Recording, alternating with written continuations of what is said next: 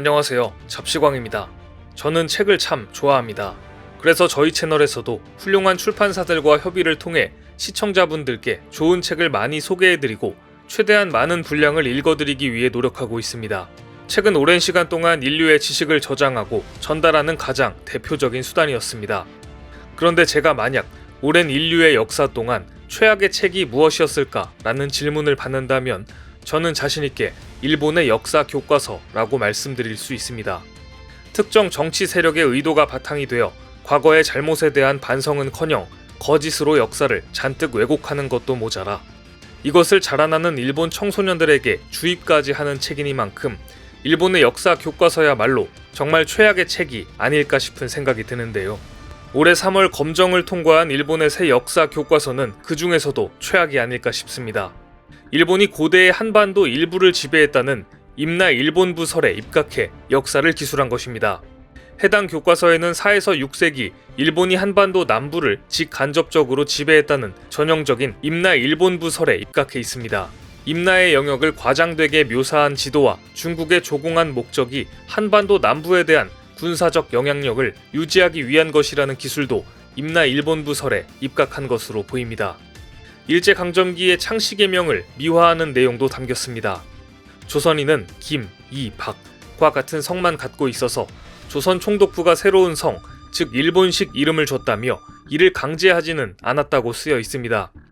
또 일본어와 한글을 함께 가르쳤다며 교육 보급에 힘썼다고 서술하고 있습니다. 일제히 황민화 정책을 문명화 교육으로 탈바꿈시킨 것인데요. 뿐만 아니라 독도 왜곡 역시 빠지지 않았습니다. 독도는 일본 고유의 영토로 한국이 불법 점유하고 있다. 교과서에 이런 내용을 추가로 넣으며 독도에 대한 억지 주장의 수위를 더 높였습니다. 또한 역사 교과서에 실린 강제동원 배상 문제에 대해서도 일본 정부는 조약에 의해 개인 보상까지 해결을 끝냈다는 내용도 포함됐습니다. 이에 한국에서도 일본 공사를 초치해 항의함과 동시에 일본의 독도 주장이 거짓이라는 완벽한 증거를 또다시 제시했습니다. 과거 일본 지리교과서를 공개하며 독도 표시가 없다고 밝힌 것인데요. 동북아 역사재단은 일본 문부성이 1904년 발행한 초등학교용 지리교과서 소학지리에서 일본 지도 어느 곳에도 울릉도와 독도를 자신의 영토로 표시하지 않았다고 밝혔습니다. 해당 교과서는 교육정책을 담당하는 일본의 중앙행정기관이 117년 전 이 교과서 내용을 검토해 검정을 한 바 있습니다.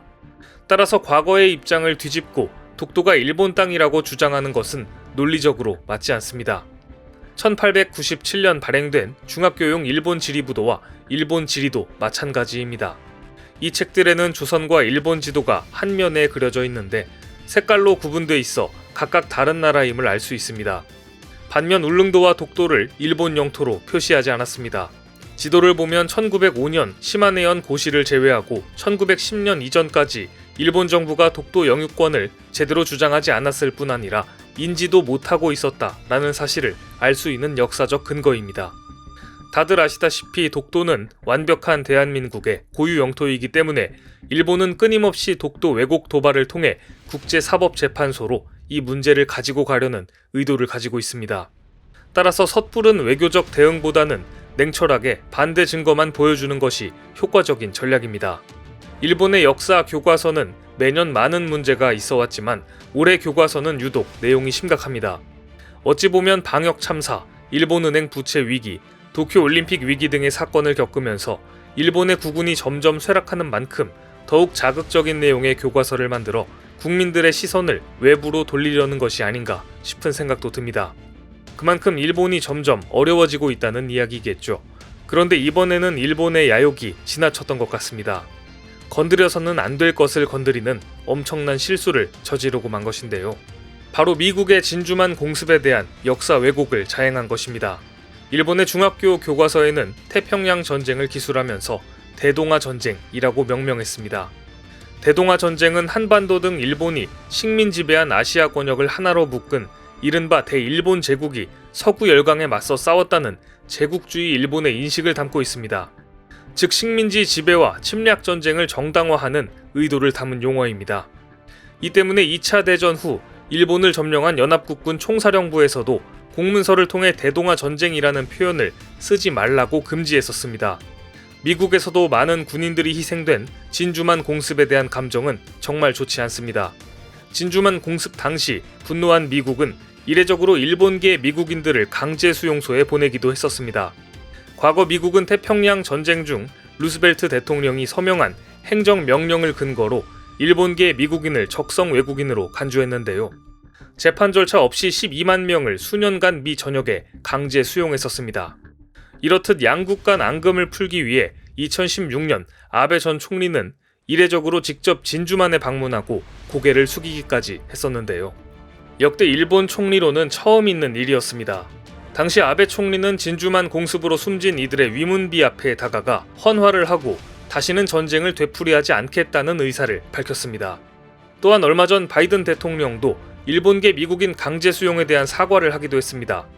교도통신에 따르면 지난 2월 바이든 대통령이 태평양 전쟁 중 일본계 미국인을 강제 수용한 것에 대해 부도덕했다며 머리를 숙였습니다. 바이든 대통령은 당시 일본계 미국인들은 조상이 일본인이라는 이유만으로 표적이 되고 비인도적인 수용소에 감금당하며 집과 지역사회, 일터를 벌여야 했다.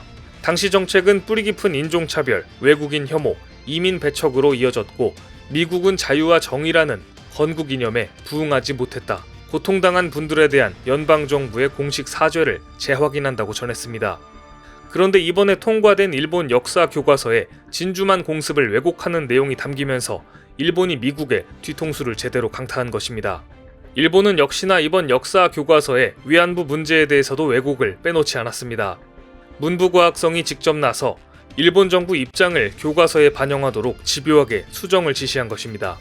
내년도 고교 교과서 심사를 통과한 짓교 출판의 역사 교과서는 한반도, 대만 출신자에 대한 보상이나 미지불 임금 청구, 이른바 종군 위안부 등 미해결의 문제가 많다라고 기술했었는데요. 검정에서 이런 설명이 문제가 됐습니다. 문부과학성이 미해결이라는 표현이 학생들의 오해를 유발할 가능성이 있다고 지적한 것입니다. 결국 직효 출판은 한반도 대만 출신자에 대한 보상이나 미지불 임금 청구, 이른바 종군 위안부 등 정부는 해결이 끝났다고 하고 있지만 문제가 많다로 수정하기로 했습니다. 일본군 위안부 문제 등의 해결이 완료됐다는 일본 정부 견해를 반영하고서야 검정을 통과한 셈입니다. 일본의 역사 왜곡이 점점 도를 지나치는 모습을 보이자 미국 내에서도 반발하는 움직임이 포착되고 있습니다. 램지어 하버드대 교수 역사 왜곡을 규탄하는 결의안이 미국 필라델피아에서 채택되었습니다. 그는 일본군 위안부 피해자를 자발적 매춘부로 왜곡하는 논문을 썼는데 거센 비판을 받자 일본 정부와의 관계를 인정했습니다.